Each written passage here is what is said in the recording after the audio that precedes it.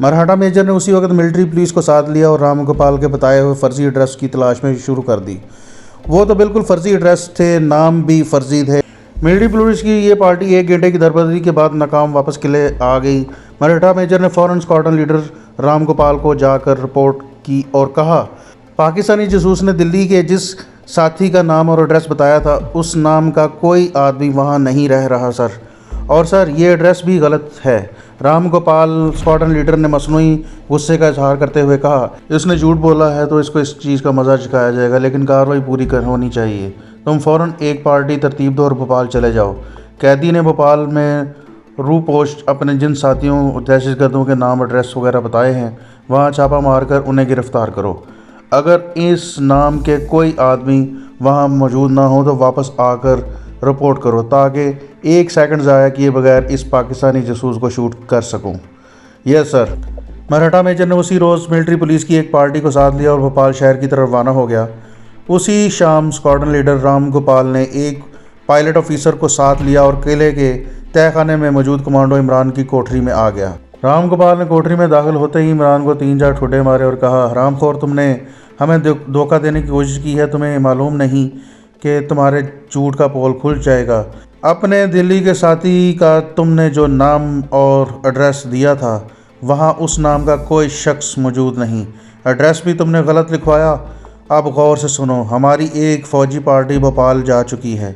तुमने अपने जिन 2 साथियों के नाम पते लिखवाए थे और बताया था वो भोपाल में उन जगहों पर रूपोश हैं। अगर वो वहाँ पर मौजूद ना हुए तो फिर मैं तुम्हें किले की फसील के ऊपर ले जाकर खुद शूट करूँगा। लेकिन राम गोपाल रुक गया, फिर बोला, लेकिन मैं फिर भी तुम्हें एक आखिरी मौका देना चाहता हूँ।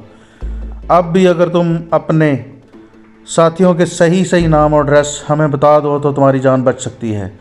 मैं तुमसे वादा करता हूँ कि अगर तुम हमें अपने साथियों के नाम सही बता दोगे और उन्हें गिरफ़्तार करवा दोगे तो मैं तुम्हें माफ़ करवा दूँगा। इमरान बोला, मैं सब सही बता चुका हूँ, इसके सिवा मैं कुछ नहीं जानता। इमरान समझ गया था कि स्क्वाड्रन लीडर राम गोपाल अपनी स्कीम के तहत उससे कोई ख़ास बात कहना चाहता है, क्योंकि ये सारी स्कीम उसकी ही थी। उसने फ़र्ज़ी नाम लिखवा दिए थे और उसी ने दहशतगर्दों के फ़र्ज़ी एड्रेस भी लिखवाए थे। राम गोपाल ने कहा, ठीक है, अगर तुम अलहदगी में मुझे अपने साथियों के नाम देना चाहते हो तो मैं अपने ऑफिसर को बाहर भेज देता हूँ। उसने अपने पायलट ऑफिसर से कहा, तुम थोड़ी देर के लिए बाहर चले जाओ, हो सकता है ये जलील कैदी मुझे अलहदगी में अपने साथियों के नाम बता दे। Yes sir. इतना कहकर पायलट ऑफिसर कोठरी से बाहर निकल गया। उसके जाते ही स्क्वाड्रन लीडर राम गोपाल ने धीमी आवाज़ में कमांडो इमरान से कहा, मैं तुम्हें कोठरी के ताले की डुप्लीकेट चाबी देते जा रहा हूँ। जब हम यहाँ से निकल जाएं तो तुम सलाखों में से हाथ बाहर निकाल कर ताला खोल कर निकल जाना। तुम कोठरी से निकलने के बाद ऊपर सीढ़ियाँ चढ़ने की बजाय राहदारी की तरफ बाएं मुड़ोगे। इस राहदारी के आगे सीढ़ियों में जो नीचे सुरंग उतरती है, ये सुरंग लाल किले के पिछवाड़े मैदान में निकलती है। बस मैं तुम्हारे लिए इतना ही कर सकूंगा। इसके बाद स्क्वाड्रन लीडर राम गोपाल ने चाबी जेब से निकाल कर इमरान को दे दी और पायलट ऑफिसर को आवाज़ दी। पायलट ऑफिसर मनमोहर लाल अंदर आ गया। स्क्वाड्रन लीडर ने इसके सामने इमरान को बुरा भला कहा, 2-3 ठुड्डे मारे और कहा, भोपाल वाले तुम्हारे साथी भी फर्जी निकले तो सुबह खुद आकर तुम्हें अपने हाथ से गोली मारूंगा। ये स्क्वाड्रन लीडर राम गोपाल अपने पायलट ऑफिसर के साथ कोठरी से निकल गया। बाहर से उसने सलाखों वाले दरवाजे पर ताला लगाया और दोनों चले गए। कमांडो इमरान ने उठकर ताले का जायज़ा लिया। इस कोठरी का एक ही किवाड़ था जो बड़े मजबूत और लोहे की मजबूत सलाखों का जंगला था। इसका ताला दीवार में लगता था। सलाखों के दरमियान इतना ही फासला था कि सिर्फ एक हाथ बाहर निकल सकता। इमरान ने बाहर हाथ निकाला और ताले पर फेरा। उसने अंदाज़ा लगा लिया कि वो ताले को चाबी लगा सकता है। ये काम उसके ने रात में ही करना था और रात का अभी इंतज़ार करने लगा। वहाँ ना कोई रोशनदान था, ना कोई दिन की रोशनी ही नज़र आती थी कि जिसमें इमरान को सूरज गुरूब होने और रात के छा जाने का इल्म हो सकता। इसे सिर्फ इतना मालूम था कि रात के वक्त एक आदमी उसके लिए दाल रोटी लेकर आता है। वह चुपचाप बैठ गया, अल्लाह की कुदरत पर हैरान होता और खुदा का शुक्र अदा करता रहा जिसने गैब से उसके लिए फ़रार का इंतज़ाम बना दिया था। वो सोच भी नहीं सकता था कि जिस पायलट को वो उम्र कैद के लिए रिहाई दिलवा रहा है, वो ही अचानक उसे मिल जाएगा और उसे फ़रार करवा देगा। सच है, अल्लाह जब मेहरबान होता है तो गैब से इमदाद का सामान भी मुहैया कर देता है।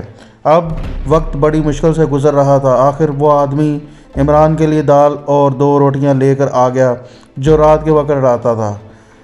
जब दाल रोटी सलाखों के नीचे से अंदर रख कर वो चला गया तो इमरान होशियार होकर बैठ गया। उसकी कोठरी में कोई बल्ब नहीं लगा हुआ था। राहदारी में एक धीमी सी रोशनी थी और वही रोशनी उसकी सलाखों के अंदर आ रही थी।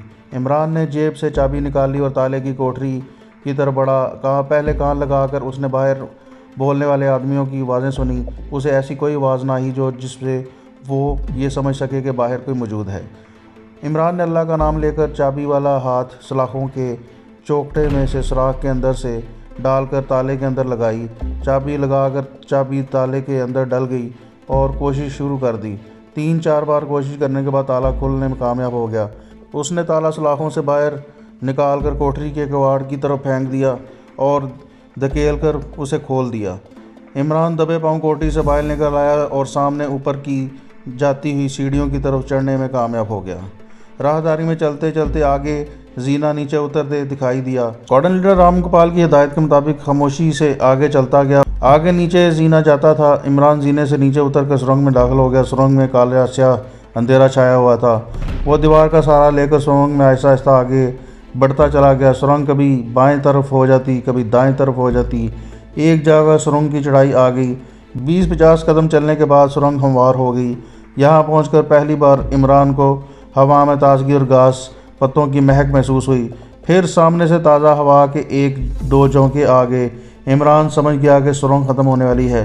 कुछ देर के बाद दूर से उसे सुरंग की धीमी धीमी रोशनियाँ और गुबार सादा नज़र आना शुरू हो गया। ये सुरंग का वो दाना था जो किले के हकब में झाड़ियों के दरमियान जाकर खुलता था। इमरान सुरंग से निकलकर झाड़ियों के सामने से हटता हुआ बाहर आ गया। उसने देखा कि वो किले के अकब में मैदान में खड़ा है और दाएं बाएं सामने दिल्ली की रोशनियां नज़र आ रही थी। उसके पीछे किले की द्यो हैकल दीवार थी जो अंधेरे में एक पहाड़ की ढलान की तरह नज़र आ रही थी। इमरान ने एक तरफ चलना शुरू कर दिया। उसकी जेब खाली थी। वो मैदान अबूर करके सड़क पर निकल आया। सड़क पर कभी कभी कोई गाड़ी नज़र आ जाती थी। इमरान ने सिमत का अंदाज़ा लगाया, फिर भी वो ये नहीं समझ पा रहा था कि वो पुरानी दिल्ली के किस इलाके में आ गया है। ये उसे तसल्ली ज़रूर थी कि चांदनी चौक लाल किले के करीब ही है और उसे ज़्यादा दूर नहीं जाना पड़ेगा। हाजी साहब का होटल चांदनी चौक में था। वो किले की फसील के जानिब मशरिक़ की तरफ हो गया और चलता रहा। कुछ देर के बाद उसे अपनी दाएं तरफ दिल्ली की जामिया मस्जिद के मीनार नज़र आ गए। उसकी रोशनी में आहिस्ता आहिस्ता वो रास्ता देखता चला गया। दुश्मन की अज़ीज़तें बर्दाश्त करते करते उसे उस पर किसी हद तक नकाहत ज़रूर तारी थी, मगर उसका जज्बा और अज़्म बुलंद था और यही जज्बा उसे एक शेर की तरह ज़िंदा रखे हुए था। आखिर वो चांदनी चौक में पहुंच गया। रात ज़्यादा नहीं गुजरी थी। चांदनी चौक में खूब चहल पहल थी। इमरान का कुर्ता पजामा बोसीदा हालत में था। वो लोगों की निगाहों से महफूज रहने की कोशिश करता हुआ हाजी साहब के होटल में के सामने आ गया। होटल में गाहक बैठे रात का खाना खाने में मसरूफ़ थे। काउंटर पर हाजी साहब खुद बैठे हुए थे। उन्होंने इमरान को आते हुए देख लिया। जैसे ही इमरान सीढ़ियाँ चढ़ के ऊपर की तरफ गया तो हाजी साहब भी उसके पीछे चले गए। उन्होंने वहाँ पर पहुँचकर इमरान से कहा कि तुम्हारी आंखें काफ़ी सूजी हुई हैं। मुझ पर वहशियाना अज़ियतनाक तशद्दुद किया गया है, मगर मैं साबित कदम रहा। अल्लाह ने मुझे इसबाब पैदा फरमा दी और मैं फ़रार होने में कामयाब हो गया। इसके बाद इमरान ने मुख्तसर अल्फाज में अपनी सारी कहानी बयान कर दी। हाजी साहब ताज्जुब के साथ सुनते रहे। कहने लगे, स्क्वाड्रन लीडर राम गोपाल का मिलना कुदरत का एक मौजा था। इमरान ने कहा, अगर वो ना मिलता तो मैं इस वक्त आपके सामने ना बैठा होता और बहुत मुमकिन है कि कल मुझे शूट कर दिया जाता, क्योंकि मैंने 3rd डिग्री टॉर्चर के बावजूद अपने किसी साथी का नाम पता नहीं बताया। हाजी साहब बोले, तुम मुंह हाथ धो लो, मैं तुम्हारे लिए खाना लगवाता हूँ। हाजी साहब तेज़ी से बाहर चले गए। इमरान ने गुसल खाने में जाकर मुंह हाथ धोया, बाल ठीक किए और सोफ़े पर आकर बैठ गया। हाजी साहब खुद इमरान के लिए खाना लेकर आए।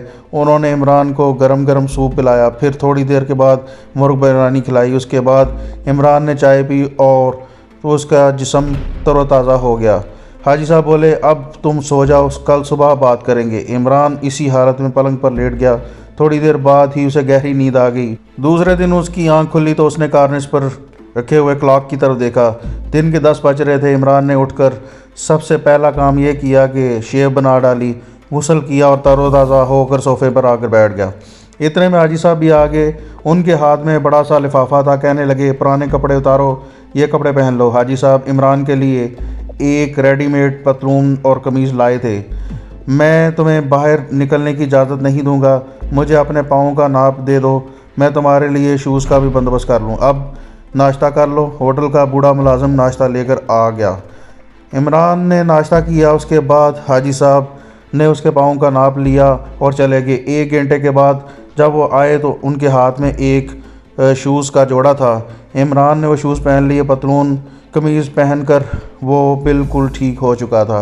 हाजी साहब उसके पास बैठे और बोले, तुम लाल किले से फ़रार हुए और ये सारा इलाका लाल किला ही है। इस एतबार से पुलिस ने और सीआईडी ने ख़ास तौर पर इन इलाकों को अपने घेरे में ले लिया होगा। चनाचे मैं तुम्हें यही मशवरा दूंगा कि कम से कम तुम 3 दिन तक बाहर मत निकलना। इसके बाद जैसे ही हालात बेहतर होंगे मैं तुम्हें ख़ुद यहाँ से किसी तरह फ़रार करवा दूंगा या तुम्हें 1-1 मिनट की रिपोर्ट देता रहूँगा। मेरे आदमी मुझे सूरत हाल बताते रहेंगे। होटल के इस छोटे से कमरे में रूपोश हुए कमांडो इमरान को 2 दिन गुजर चुके थे। शाम के वक्त हाजी साहब आ गए। कमरे की बत्ती रोशन थी। इमरान के करीब होकर बैठ गए और जेब में से एक तय किया हुआ कागज़ निकाल कर इमरान को दिखाया और बोले, इसे पढ़ो। इमरान ने कहा, इसमें पढ़ने वाली कौन सी चीज़ है? ये तो किसी ने आपके नाम ख़त लिखा है। हाजी साहब बोले, मैं जानता हूँ, तुम इसे पढ़ो और मुझे भी सुनाओ। कमांडो इमरान ऊंची आवाज़ में ख़त पढ़ने लगा। मोहतरम हाजी साहब, परसों मेरे बेटे के वलीमे की दावत है। मैं चाहता हूँ कि वलीमे पर आपके होटल की तरफ से मेहमानों के खाने पीने का अहतमाम हो। बराए मेहरबानी अपना रेट मदरजा दल पते पर हमें लिख भेजें। शुक्रिया। एहसान इलाही, ठेकेदार, बाज़ार, सतियाराम, दिल्ली। कमांडो इमरान ने ख़त सुनाकर कहा, ये आप मुझे क्यों सुना रहे हैं? इसमें तो किसी ठेकेदार ने आपसे होटल के रेट मांगे हैं। हाजी साहब ने ख़त अपने हाथ में ले लिया और मायनी खेज़ मुस्कुराहट के साथ बोले, इस ख़त में जो तहरीर लिखी हुई है उसका असल मफ़हूम कुछ और निकलता है। कमांडो इमरान ने कहा, मैं समझा नहीं। हाजी साहब बोले, जब तक मैं नहीं समझाऊंगा तुम समझोगे नहीं।